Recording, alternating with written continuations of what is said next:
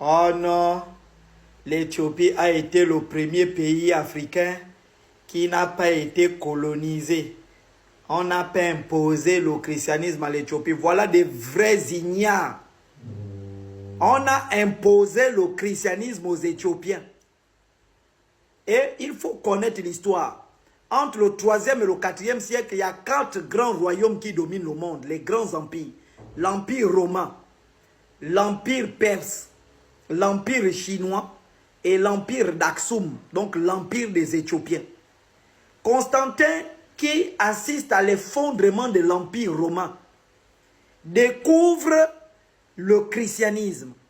Et quand il découvre le christianisme, il se rend compte qu'à travers le christianisme, il peut mener une guerre culturelle sans utiliser les soldats, ni beaucoup d'armes, ni des pensées, mais en menant une guerre culturelle pour anéantir les royaumes. Qu'est-ce qu'il fait? Il décide de romaniser le christianisme. Et quand il romanise le christianisme, c'est-à-dire prendre tous les dieux païens des Romains, les mettre dans la nouvelle religion, le christianisme. Et ensuite, une fois le christianisme est romanisé, il faut maintenant imposer le christianisme dans chaque pays que l'Empire romain doit rentrer. Et l'objectif, c'était de faire quoi? Faire de ce christianisme romanisé une religion de l'État. Donc, il fallait que c'est la religion qui domine l'État. Et voici toutes les décisions qui ont été prises de façon stratégique au Concile de Nicée.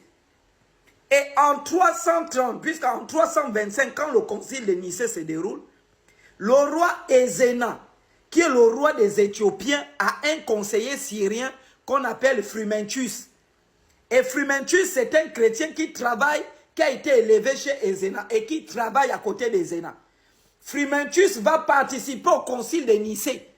Quand il participe au concile de Nicée en tant que chrétien, Athanase, qui est l'évêque d'Alexandrie, en 330, va nommer Frumentius évêque d'Aksum, qui est le royaume des Éthiopiens. Et c'est Frumentius qui va construire la première et la plus vieille église au monde. L'objectif d'Athanase et de Constantin, c'était de faire quoi? Parce que l'empire d'Aksum était un empire prospère qui gênait l'empire romain. L'objectif, c'était de faire quoi? Puisqu'il voulait imposer le christianisme comme religion d'État pour anéantir les royaumes qui étaient rivaux de l'empire romain. Et ils vont faire en sorte que Frumentius, qui est le disciple d'Athanase, convertisse Ezéna, le roi des Éthiopiens, au christianisme. Et une fois Ezéna converti, il va changer le nom. Il va changer le nom d'Aksum pour mettre Éthiopia. Il va changer le nom de l'Éthiopie, converti au christianisme. Mais le peuple qui assiste à cette décadence de leur pays, ils vont garder leur religion traditionnelle qu'on appelle le Kabra. Et après la christianisation de l'Éthiopie, le royaume va sombrer.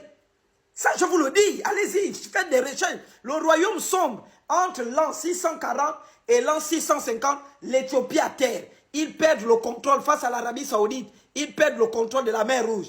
Ils perdent le commerce avec l'Égypte. Le peuple se renferme, le royaume se renferme sur lui-même et commence la dislocation.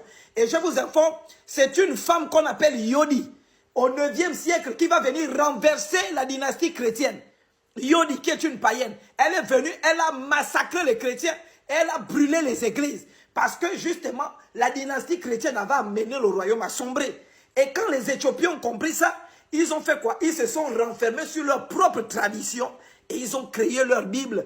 C'est pourquoi vous allez voir le christianisme éthiopien, c'est un christianisme purement animiste. Vous me racontez quoi en fait? L'Éthiopie a été colonisée et après la colonisation de l'Éthiopie, le royaume a sombré. Ils ont été colonisés sur le plan chrétien. Parce que la stratégie de Constantin, c'était de faire du christianisme la religion de l'État. Et ils ont atteint cet objectif jusqu'à ce qu'on arrive au principe de laïcité en France de 1905, qui prône la séparation de l'Église et de l'État. Mais à l'époque, lorsque l'Église était imposée dans les États, c'est l'Église qui prenait les décisions de chaque État. Vous ne connaissez pas l'histoire, vous voulez faire des débats. Je dis le pasteur qui tente, ou celui qui tente, je l'allume.